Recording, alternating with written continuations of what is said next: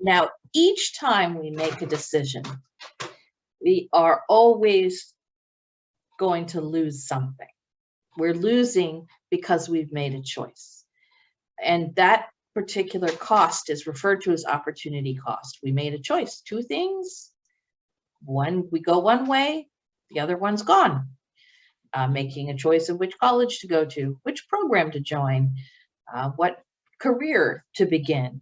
All of those things, they're big, big choices, and they are not clear-cut decisions. And we recognizing that we're considering that something is lost when we make the decision is considering opportunity cost. So we kind of have this impression that more choices is a good thing, that we should be able to find the best option if we've got more of them, when we certainly know that no choice is no good. We don't feel good about being in a situation where we have no choice, period.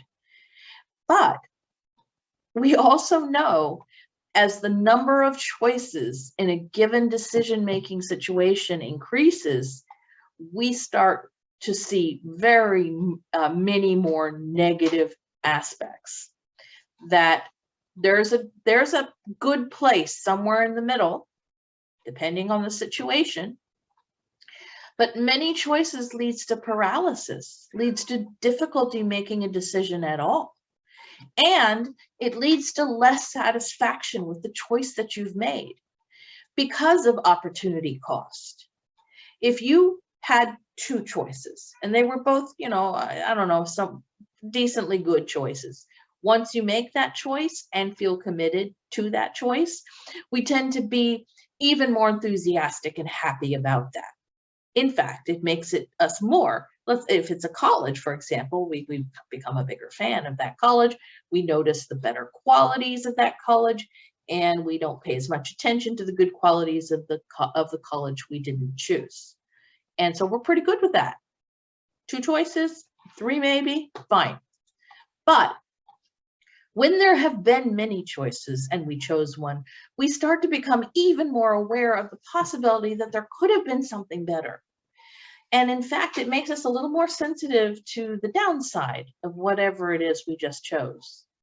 And the only difference is that there were more choices in the beginning. It's as though we go into it with an escalation of our expectations, that we had all these, let's say 5, 6. One of them has got to be really awesome, right? And if we make that choice, we feel pretty confident at the beginning, this is the best one. Then if we do start to notice anything negative about it, we're much more likely to second guess ourselves and say, oh my gosh, this was not the perfect choice. There was one that was better and I got it wrong. And we do not see that same process when the beginning choices were only 2 or 3. It's a huge difference. And it results in more or less happiness with decisions that we make. Part of what we're doing when we have a lot of decisions or a lot of choices and we make a decision is counterfactual thinking, which is all of the kinds of ruminative processes that we go through when we think about what if something was different. There are many times that we use counterfactual thinking, but since we're talking about decision making right now, counterfactual thinking is playing a role when you had lots and lots of choices, and now you are starting to wonder if you really did pick the best choice. Leads us down a bad path. And now we're going to discuss, I'm actually going to show you the video. This researcher has become really well known in discussing the psychology of decision making, and he has some larger messages. The first message I want you to pay attention to is the opt-in versus opting out strategy when it comes to making decisions. And we'll review after. So let me start by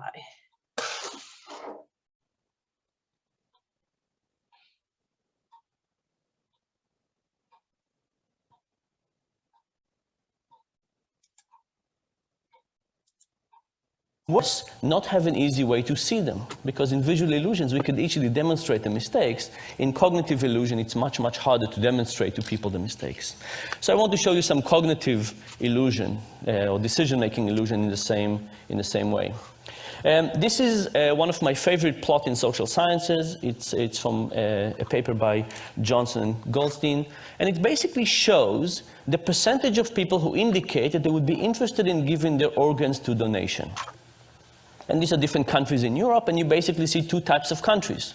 Countries on the right that seems to be giving a lot, and countries on the left that seems to be giving very little, or much less. The question is why? Why do some countries give a lot and some countries give a little? When you ask people this question, they usually think that it has to be something about culture, right? How much do you care about people? Giving your organs to somebody else is probably about how much you care about society, how linked you are, or maybe it is about religion.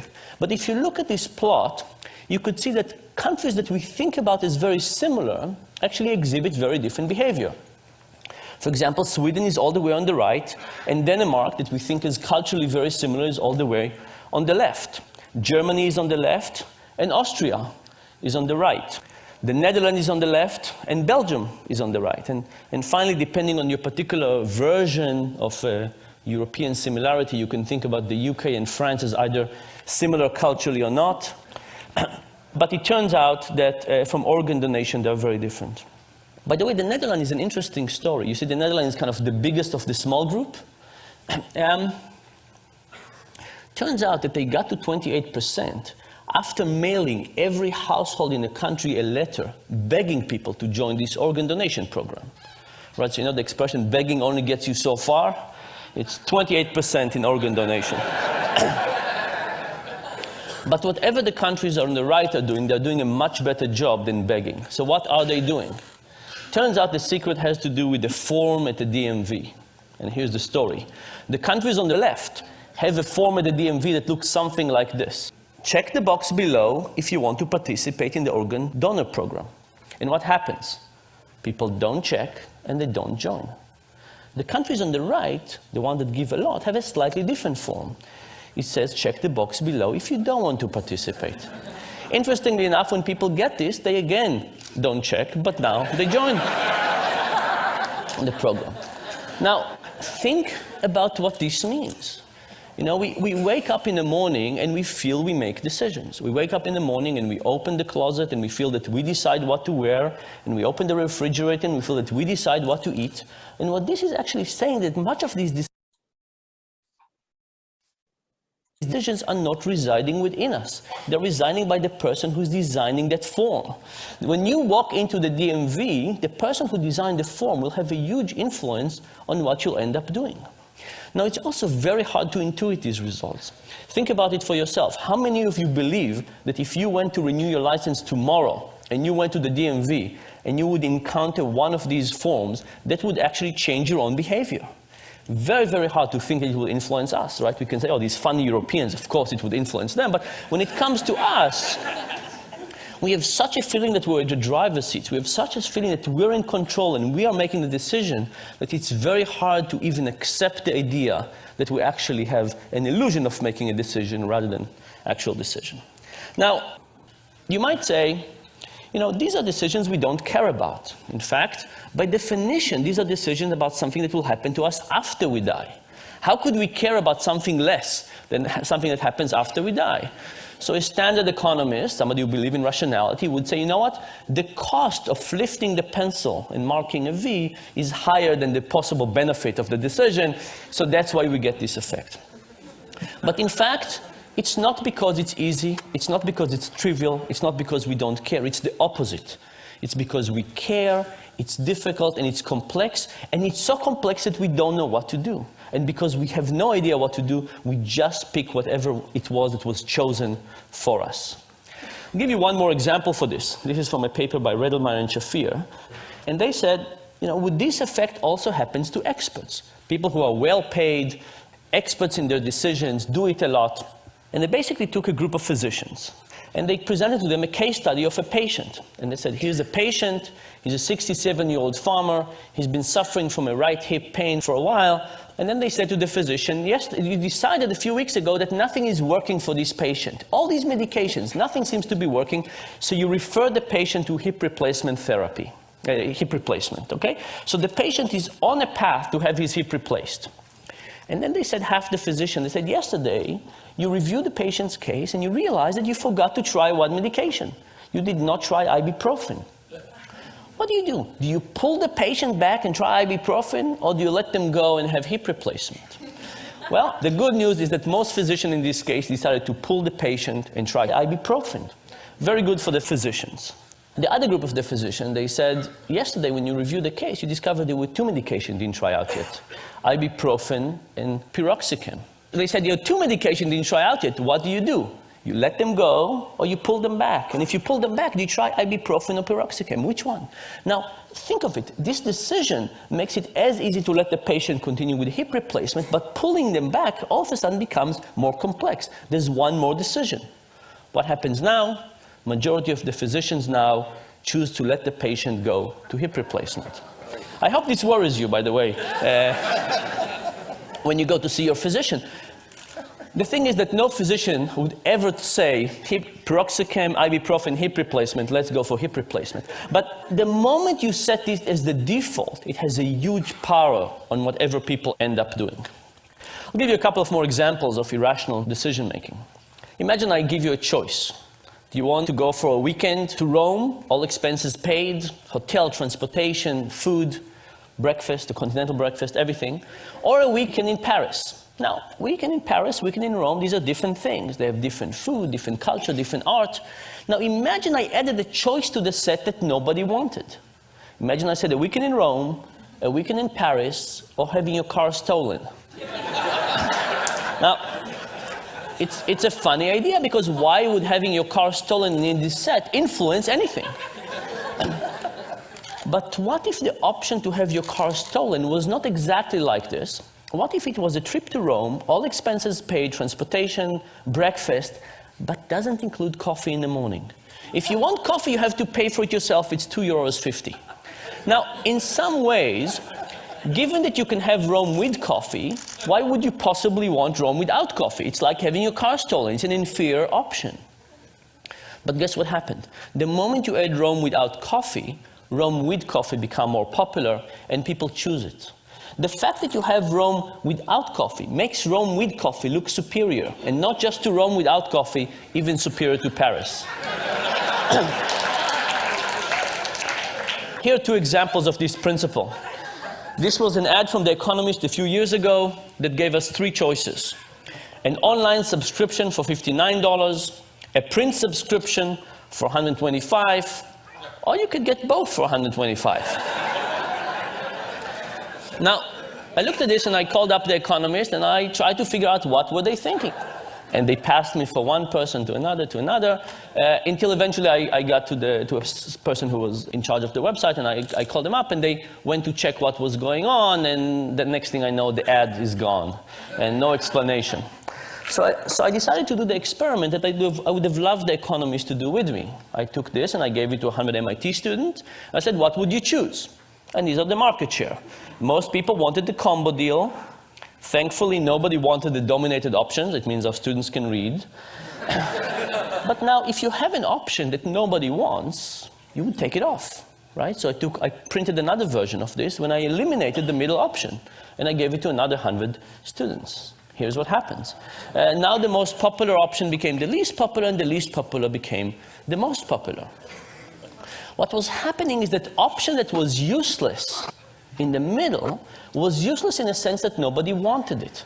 But it wasn't useless in the sense that it helped people figure out what they wanted. In fact, relative to the option in the middle, which was get only the print for $125, the print and web for $125 looked like a fantastic deal.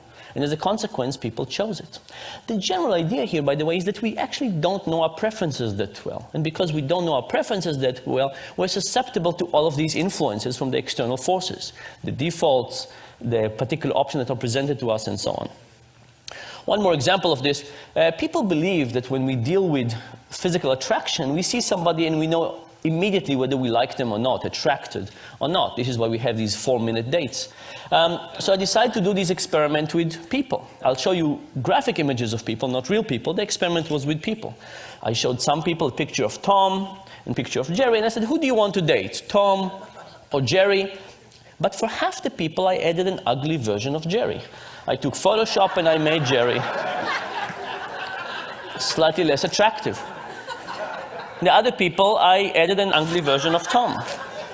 And the question was, will ugly Jerry and ugly Tom help the respective more attractive brothers? And the answer was absolutely yes. When ugly Jerry was around, Jerry was popular. When ugly Tom was around, Tom was popular. This, of course, has two very clear implications for life in general. If you ever go bar hopping, who do you want to take with you?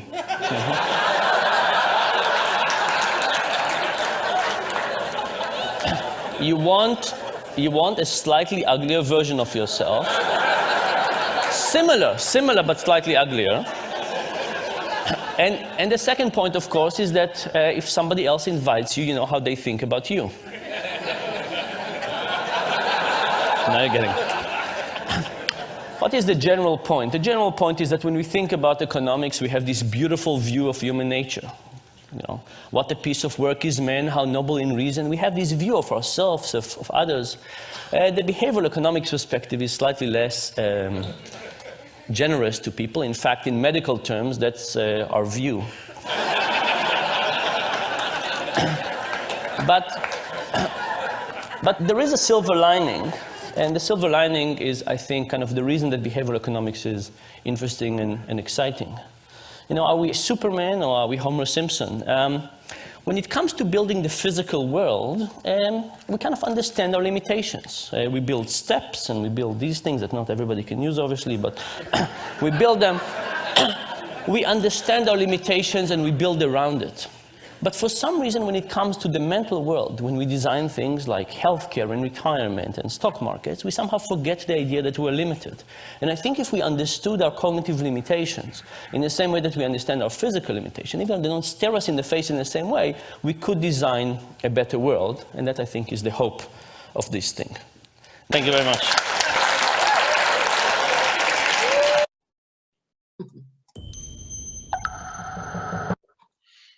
That was Dan O'Reilly. Very interesting man. Okay, a few additional points to think about. And again, all of this is food for thought for when we can actually get together and talk about this. We have mainly been talking about individual decision-making, but we know that group decision-making is a little different. And sometimes decision-making in a group can be superior. It can provide additional information. It can get more options on the table, more considerations that wouldn't have happened with yourself alone. But there is a very serious downside to group decision-making. That's called groupthink. That's something you should know about because it can significantly impair decisions being made. In a groupthink is happening in a group, and we're going to define a group as being 4 or 5 people or so or more. But all of these characteristics, and this is described in your textbook chapter as well, start to happen, leading a group that would otherwise be working together to pull more information from the pool of collective minds and work a problem, coming up with a better decision, into a much more fixed and closed problem-solving space. So when you have a very strong leader and the individuals in the group are not approaching the problem with openness, that new ideas, dissenting ideas get squelched, and squelched that's a really strong word, meaning that there are people within this group who are actively working to suppress some ideas and thoughts of other people. We refer to that as the mind guard. The people taking the role of ensuring that the ideas of the perceived leader or superior person or couple people in the group are agreed with, so that the social dynamics of this kind of group situation, which is not uncommon, lead to a decision that's almost essentially made by one or two people. And that those who might have had new ideas, different ideas, don't feel good about the situation. They don't feel good about the decision. And yet the process of talking through the decision seems to lead to a unanimous decision. And that is not true. It is because some in the group have gotten themselves to an emotional place, have been led to an emotional place where they don't feel that their voice can be heard. It's perhaps sometimes difficult to recognize from the outside. And I would say that processes like this are the reason that students often say that they don't like group work, because on the surface, group work should be a good thing. You should have division of labor. You should have multiple ideas. You should have emotional support, people to bounce ideas off of. It should be a good thing, but it very often isn't. And those negative experiences impact future thinking about working with others. Knowing a little more about group dynamics, and I would bet that you have other classes where you discuss group dynamics, gives you an appreciation of the differences between individual and group decision making. And we may have more opportunity to talk about that. So we also should make a distinction between real life decision making and what we refer to as reasoning. They're definitely related, but you have descriptions in your textbook that you will read about deductive and inductive reasoning. They are essentially opposite approaches to finding an answer. If you are using deduction, then you are looking for examples in the world and building up a theory about why things are the way that they are. We should think of that as exploratory research. Inductive reasoning, we're beginning with an idea. We're beginning with an assumption. We're beginning with a hypothesis. We're beginning with a theory, something where there's some organizing principle, and we go into the situation making inferences and looking for information based on that. So that's a sort of a top-down, bottom-up difference in ways of reasoning.